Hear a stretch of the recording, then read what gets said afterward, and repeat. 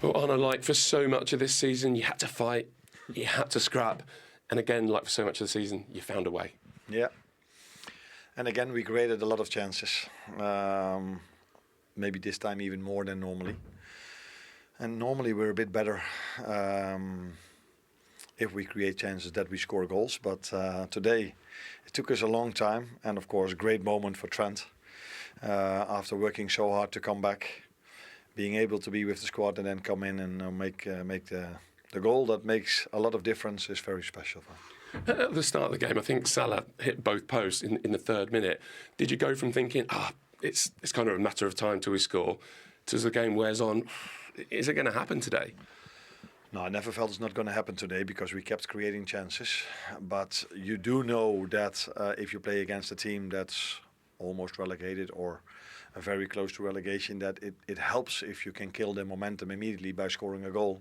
Hopefully find the second one immediately afterwards, and then it's normally an easy game for you. But if you don't score the first one and the stadium was sold out again because the league leaders come and they get a bit of momentum, they get a bit of belief for a result, then it gets more difficult and more difficult. That's why I was really happy and pleased with the second half where we created so many chances. Yeah, and I know it's not done yet, but when you're in this situation, does every victory feel like a huge moment? Does every victory feel like a big step? Yes, but it felt like big moments during the whole season. But of course, in the end, they seem to matter more because either you want to go to the Champions League if you are number 5 in the league, or if you're number 1 in the league, you want to stay in that position. You want to try to stay out of relegation. So in the end, it always feels that it's more important. But yeah, it was a good win, but with a lot of effort again. Why does this team always find a way, do you think? Because they just keep going. Mentally, they're really strong, and they just enjoy to play football. They enjoy to be out there trying to create, work very hard, not to concede, because I don't think, apart from the first half where they hit the post, they've created a lot. Maybe in extra time, one shot over the quite high over the goal. So yeah, it's a bit of both. They enjoy playing football, and it always helps if you play for something special. Let's be honest. Great to be able to turn to a player of Trent's quality. How special a moment was that? I mean, every question about him this season has really been about the contract. But forget that for a second. How good is he? He's incredible. If he sets his mind to it. So I think if you play for such a long time at a club, there are always moments where you feel like, maybe again an away game where I've been so many times. But every time when moments really matter, so when he came in half an hour before the end against Newcastle, that's probably the best I've seen him play. And then against Paris Saint-Germain in the second half, where we really needed a goal, he stepped up. Unfortunately, he got injured in that game. And to know today, he knows when it matters most, he can just bring a bit more. And I think that is something only the top players have. And he has that definitely. And those top players, as you say, you want to keep them. So can you see a way that he stays? It's felt for a while like that's been set on a path different to Virgil's and Mo Salah's. But can you see a way that he's doing magic things for Liverpool again next year? I think my only good answer is to talk about his goal, because all the attention should go to his goal, the importance of his goal, the importance what he did for this club for so many years in a row, and even this season, this is my only season with him. And for him scoring a goal like this, all the headlines should be about him scoring this goal and not about his contract situation. And again, all season long, you haven't wanted to dream, you haven't wanted to look too far ahead, but it's one game now. Yeah. It's one win. Is it harder and harder to hold back those dreams? No, it's never hard to dream, but I think it's also clear that you saw this today as well, that we are really focused on playing. The boys deserve to have a day off, and hopefully they're going to enjoy that. And then when we are back together, it's full focus on Tottenham. And looking forward again to a home game, probably the stadium will be full. I'd have said it might be, yeah. So it's a nice game to look forward to, but we have to focus on Tottenham, which we've played already 3 times this season, I think, and it's every time they've made a real competitive game for us. So we know what to expect, and we know we have to be ready. Okay. So we'll see you at Anfield next week. See you next week. Thanks, Arne. All the best to you. Building towards that game. It could be done as early as Wednesday, depending on what happens between Arsenal and Crystal Palace, but it could go to that game against Tottenham, where Liverpool will have it in their own hands. On this performance against Leicester, how do you think they're coming into these last few games of the season?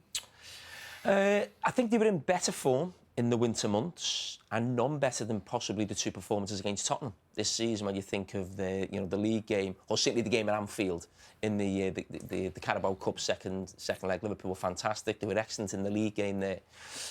Scored a few goals, so it's not quite there right now, but they're getting the job done, and that's what it felt like watching this game, and the way it's felt like for a few weeks, where you come away and thinking, come on, can it be a bit more sort of spectacular, maybe in terms of the football or the pace of the game at different times? But then you come away and you look at how many shots Liverpool had, how many big chances they created. And Liverpool have scored 75 goals in the Premier League this season in 33 games, which is a brilliant record. I think Arsenal, obviously, in second position on 61. And I still feel like they can score more goals. Every time I watch them, I feel as like, if they could do it with someone else there alongside Salah, who was as clinical as him, in terms of getting more goals, because they very rarely actually go out and sort of beat someone 4 or 5-0. Maybe we'll look at the stats tomorrow on Monday Night Football, exactly. But they feel like they win a lot of games by 1 goal or 2 goals. Very rarely go and win by sort of 4 or 5. And normally you'd associate that with title winners doing that maybe 4 or 5 times in a season. I don't think that's quite happened for Liverpool this season, but in terms of chances created, it feels like they should be scoring a lot more goals. It's funny because the goal sort of sums that up. Although it was a goal in the end, Van Dijk had a go, Salah had a go, McAllister had a go. It could have been a goal like 3 times before it actually went in from Trent Alexander-Arnold. Yeah, well, it comes from a set piece, and Liverpool were dominant on set piece, especially with Konate and Van Dijk. But the way it comes back out to Trent here, just look at the way he shapes up. This is why he's so important for this team. His technical ability is just second to none. You see it there bouncing around, and they're going to get a goal or not. But look at the way he shapes his body there. And this what separates him from other fullbacks. And I said the other day he's in the top 2 fullbacks. I think he's exceptional in what he can do. Yes, he can improve defensively. We all know that. But what he brings to this team offensively is second to none. Bradley played well today. Defensively got caught out a couple of times. But just the way he shapes up there, it's just perfect. Yes, the goalkeeper should do a little bit better, but I was just delighted for him. Put away the contract, put that to the side for a minute. It's a massive, massive moment for him, and I'm delighted for him because it would have been frustrated, and he enjoyed it. Look at him shout, it's all the emotion coming out. And I feel this season, of course, you want to get him tied down, signed to a new contract, but we forget how quality this player is going forward. He's absolutely sensational, and whatever he does, whether he stays, whether he goes, I mean, he deserved that moment because over the last couple of years, he's been brilliant, absolutely brilliant, and I love him, I really do. He wanted to concentrate on the moment when he was asked about it. His manager wanted to concentrate on the goal rather than Trent Alexander-Arnold's future when he was asked about it. Is it possible to separate the two, Roy? Is it possible to say this is a great moment without talking about what's to come for him? Well, you have to, but when you're a footballer, you're gonna have these demands, and over the last few months, he's obviously decided to keep quiet about his contract talks, and a lot of fans wouldn't like that, but if you look at the fans' reaction when he scores, fans can be like that.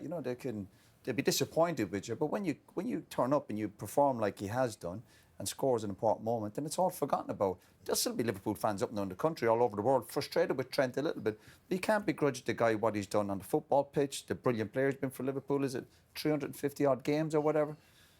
It's fantastic. He's a brilliant player. And the contract thing will obviously be sorted out, I'm sure, over the next few weeks. It clearly looks like he's going to be leaving. But, yeah, let him enjoy that moment. But you also have to be mature enough to understand that people are going to ask questions about your situation.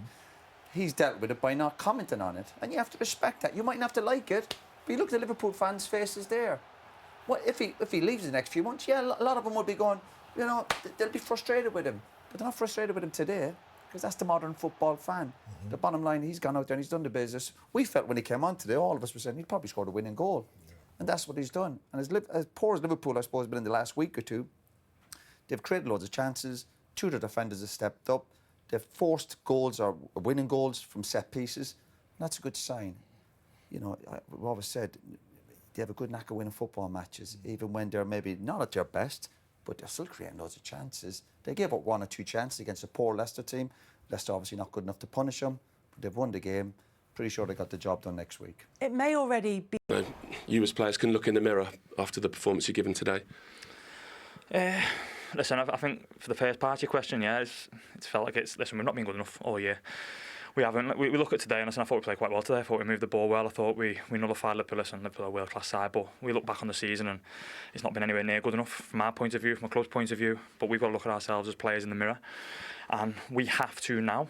What's happened, and try and put this club in a better position come the summer. That's what we've got to try and do, because listen, we haven't been good enough. We've took a bit of stick, and we'll keep on taking stick because it's deserved so. Because, like I said, from minute 1 this season, we haven't been at a level to fully compete in the Premier League, and you need to be, because it'll eat you up and chew and spit you out. So, yeah, not good enough, and listen, it's something we've got to look at because we're absolutely devastated. Yeah. So why have you not been good enough, do you think? I know it's hard straight after. Why have you not been at the level?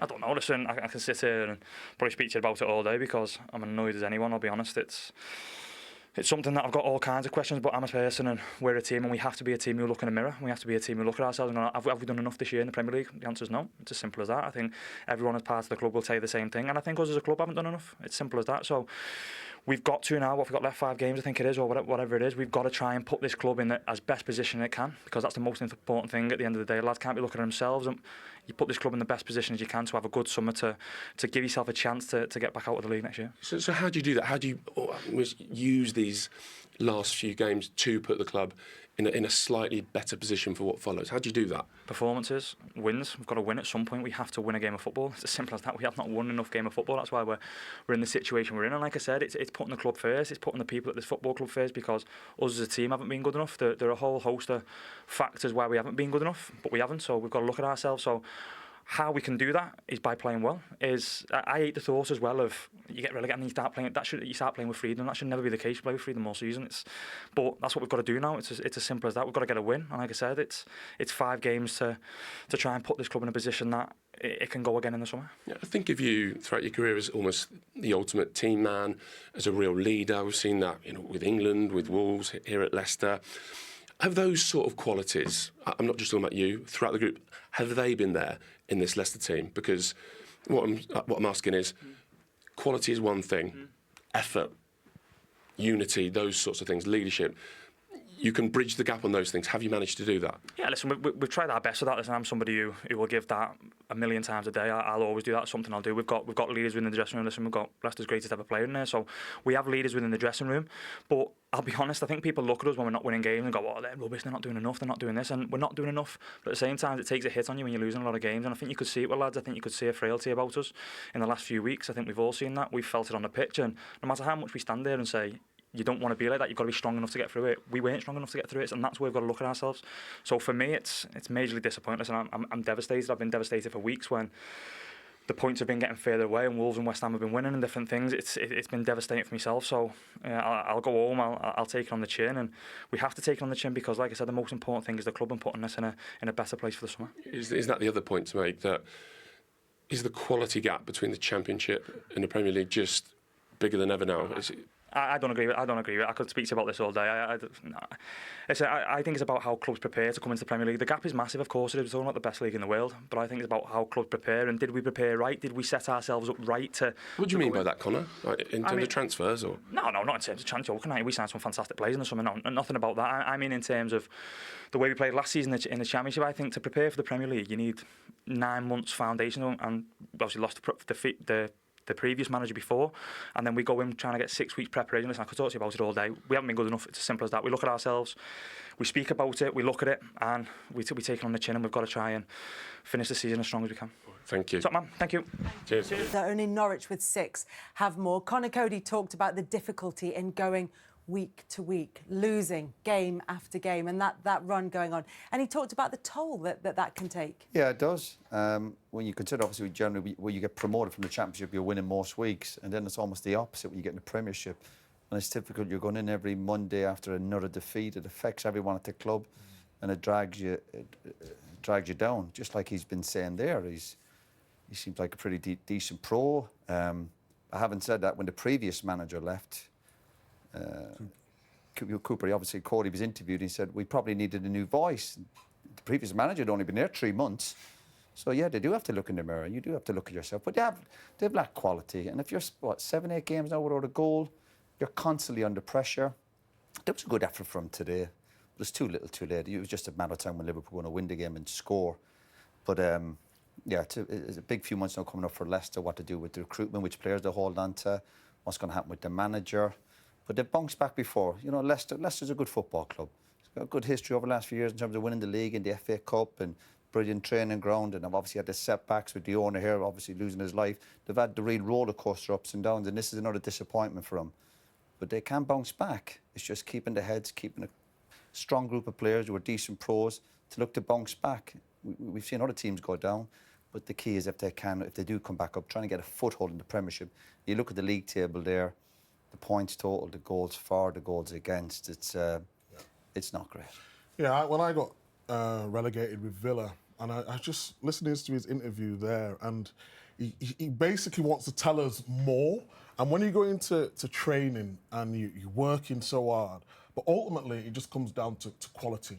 So when you go in there and you see all the staff working so hard, the players that are not good enough, and no matter what you do, no matter what you say, the confidence just gets drained right out of you. So they're coming into this game, okay, they know they're going to go down, and they played a better game. It was similar at Aston Villa at the time when the pressure's off, but they need to play well 10, 15 games ago. And when it needed to be stand up and be counted for, it just wasn't there. And I just seen the interview and it just brought back so many memories. They'd have no belief now, Mike. I know they're playing a hard game. They could play a pub team tomorrow. They probably wouldn't believe they'll beat them. Yeah. All that belief has gone out the window now, and it's just... And the next 4 or 5 games, listen, that won't be easy. He's saying there we'll have to look in the mirror and reflect and react. You're supposed to be doing that since the start of the season. You know, you're not going to get a free pass in the next few games that you have in the Premier League. It doesn't... But what I like also about the Premiership, for teams who are struggling, it's brutal. This is a brutal game, and the reality's out there. We've seen Liverpool today, and we're all a little bit frustrated with Liverpool, but they still had loads and loads of chances. So we're always going to win the game, but there's no hiding place. So if you are cutting corners or you aren't doing your homework as a club and you don't think you have the right manager or the right pre-season, you will be found out. Because there's too many good teams out there. I think you can talk about what's happened here this season. I'm talking about promoted clubs. Leicester are a little bit different. We're talking about a team who won the Premier League. Under Brendan Rodgers, missed out on Champions League football 2 years running, also won an FA Cup. The year after they finish 8th, they then go from 8th to 18th and get relegated. And that's where, the decisions around that season and where they find themselves right now, it's not just about sort of Ruud van Nistelrooy and the players here now. This is going on for 2 or 3 years. And Roy mentioned the position they put themselves in. I've just mentioned the trophies. Got the best training grounds in the country. Leicester, an established Premier League club. So you think of people at the top of the club, I think it's John Rudkin, who's the director of football there. The decisions that have been made at the top level that have obviously, filtered down to the pitch as well. That's where, real questions should be asked. And what kind of building work can they do? That's what Conor Cody was talking about as well, to make sure that between now and the end of the season, and then again over the summer, that they're ready to come straight back up to the Premier League, because that will be their ambition. Yeah, well, if Ruud decides to stay on again, we go back to recruitment, which players to hold on to. Will they get offered for some of the players? I don't look at too many players out there that they're going to have big offers. Do certain players have clauses where they can leave? Vardy, Cody, these players who have been good pros aren't getting any younger. Do you get rid of them lads? These are all big decisions that have to be made. And they'll have to start now because it's officially now during the Championship next year. But that's life. That can happen. We've seen the supporters leaving here today, but Leicester have had big disappointments before. But what's been said, the problem is getting back into the Premiership, is getting a foothold. But we see other teams who went down last year, and they're back in the mix to come back up. So keep the heads, try and keep a decent dressing room, a bit of quality, and there's every chance Leicester will bounce back next year. Every chance, especially with the few bob they'll have. But again, it won't be easy. I think we need some statements coming out. I'll be interested to see what happens with the manager and Ruud, whether he wants to say whether they want to keep him or whatever might be the scenario. Does Ruud want to manage in the Championship? He mightn't have a choice, or give him a chance to kind of rebuild his team. We'll hear from him very shortly. Ruud van Nistelrooy will be talking. Relieved, because again it was a tight game. Maybe not in terms of how many chances we had compared to them, but it was for a long time 0-0. So we had to wait long. We created a lot of big chances, especially the second half. And in the end, we needed again a set piece, like last week, to make the difference. In a sense, were you pleased that Arsenal won? And did the players know that pre-match, so it gives you the chance to win it at home in front of the Anfield crowd? No, before Arsenal plays, if I could choose, I would prefer them to lose. But I knew from the start that they wouldn't do that, because they're a very good team, having a very good season, to reach the semi-finals in the Champions League. So for me to expect that they would lose at Ipswich, that would probably be unrealistic. So our full focus again was on Leicester, because we knew and we know that it's hard for us to win a game of football, but in the end we 9 out of 10 times find a way to win it. And how special that it was Trent Alexander-Arnold that got the goal. We know the noise that's been around him for the latter part of the season. We know what this club means to him. So how special for him to score today? And you could see the emotion on his face. Yeah.